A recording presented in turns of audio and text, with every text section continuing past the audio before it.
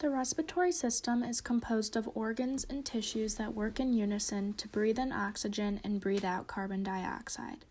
The respiratory system is split between the upper respiratory tract and the lower respiratory tract. The upper respiratory tract includes the nose, nasal cavity, sinuses, and the larynx. The lower respiratory tract includes the trachea, lungs, bronchi, bronchioles, and alveoli. All of these organs help the body take in oxygen and expel carbon dioxide. When you breathe in, air will first enter through your nose or mouth. The air will travel down the pharynx and through the larynx until it reaches the trachea. From the trachea, the air will go through the bronchial tubes which lead to the right and left lungs. Once the air reaches the lungs, it will divide into the bronchi, and then into the bronchioles, and then further into the alveoli, which are the air sacs where oxygen is transferred to the blood.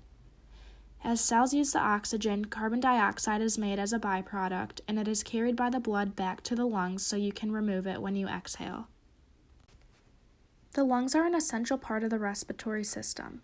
The lungs are located in the thoracic cavity and are on either side of the mediastinum, which is the area between the lungs and include the heart, trachea, and esophagus. To make sure they are protected, the lungs are covered by the pleural cavity. The pleural cavity consists of both the visceral and parietal pleura. The lungs resemble the shape of a cone, and the right lung is slightly bigger than the left lung due to the presence of the heart. The right lung consists of 3 lobes, while the left lung consists of only 2 lobes. If you look in the lungs, you will find 2 large tubes called bronchi, which are the main stems that go into the right and left lung and are attached to the trachea. Each bronchus divides into smaller tubes called bronchioles, which are further divided into alveoli. Alveoli are small air sacs that are surrounded by capillaries, and when oxygen reaches the alveoli, it will pass through the alveolus wall and go into the capillaries where it will be taken to the heart. Below the lungs is a diaphragm which helps the body inhale and exhale. The function of the lungs are for gas exchange of oxygen to come into the body and carbon dioxide to leave the body as waste. This happens through breathing from the mouth or the nose and travels down through the pharynx and the thorax, through the trachea, down into the bronchial tube, and into the lobes of the lungs. There are 5 total lobes of the lungs, with 3 on the right side and 2 on the left, because there is a heart also on the left side. This allows for gas exchange in the lungs when it travels down into the bronchioles, which are smaller tubes for the oxygen to travel, and leads to alveoli, which are little pockets for air, and this is where gas exchange occurs, and oxygen will then go into the bloodstream and carbon dioxide will leave and travel up to breathe out. Asthma is an inflammatory disease that is characterized by the inflammation of the bronchioles and the alveoli that restricts airflow in and out of the lungs. Childhood asthma has no different structural differences in the disease than adult asthma, but has a lot different effects on children than they do on adults. A big factor for childhood asthma is pollutants, such as environmental air pollution, allergies like pollen and dust, which can trigger asthma attacks and the tightening of the bronchioles and the alveoli.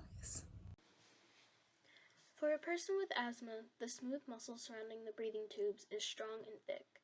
This ring of muscle is lined with a thin layer of mucus. On a normal day with no triggers present, an asthmatic's breathing tubes will be slightly inflamed, causing excess mucus to be produced and secreted across the lining of the tubes. When there is a trigger present, the smooth muscle will become extremely inflamed and constrict, partially blocking the airway. The mucus that normally lines the tubes is still secreted in excess, making it very difficult to take deep or consistent breaths. It is important to note that an asthmatic's breathing tubes are hypersensitive to even small triggers. This means that cold air or perfumes may trigger an inflammatory response from the immune system. Some common symptoms of asthma include, but aren't limited to, chest tightness, coughing in early or late hours of the day, consistent shortness of breath and trouble breathing, or wheezing. When some asthmatics become sick with both viral or bacterial infections, coughing will be extremely painful and breathing is labored. These symptoms may also occur after small amounts of physical activity at varying amounts of effort. Children with asthma are said to miss more than 3 times the average amount of schooling than other healthy children. This not only impacts academic performance, but may lead to long-lasting psychological issues. Financially speaking, families with asthmatic members are said to spend up to 3 to 6% of their total income on the members with asthma, between medical costs and hospital visits. Additionally, triggers such as cigarette smoke, air pollution, and pets are common and somewhat avoidable in the world today. Accommodations for people with asthma are not usually seen as necessary, causing asthmatics to have to constantly self-monitor and evaluate their surroundings. When a person develops asthma, it is important to know the causes and triggers of how asthma is brought on. The exact cause of asthma can vary from person to person. Since asthma is a result of the immune system to a substance, such as indoor and outdoor allergens, dust, pollen, and mold that get into the airways may cause the immune system to have a strong response and constrict airways. Asthma can be a result of a viral infection or allergens that are breathed into the body when you are a young child. In addition, irritants such as air pollution, cigarette smoke, and strong odors from perfumes can influence an asthma attack. Sulfites in food, such as sulfur dioxide and sodium sulfite, and also physical activity and changes in temperature can affect asthma as well. Asthma affects a variety of people. 1 in 13 people have asthma, and more than 25 million Americans have asthma. This is 7.7% of adults and 8.4% of children.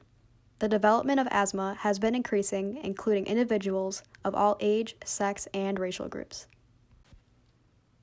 There is no known way to prevent asthma. An individual can be aware of risk factors to prevent asthma from getting worse and to also prevent asthma attacks.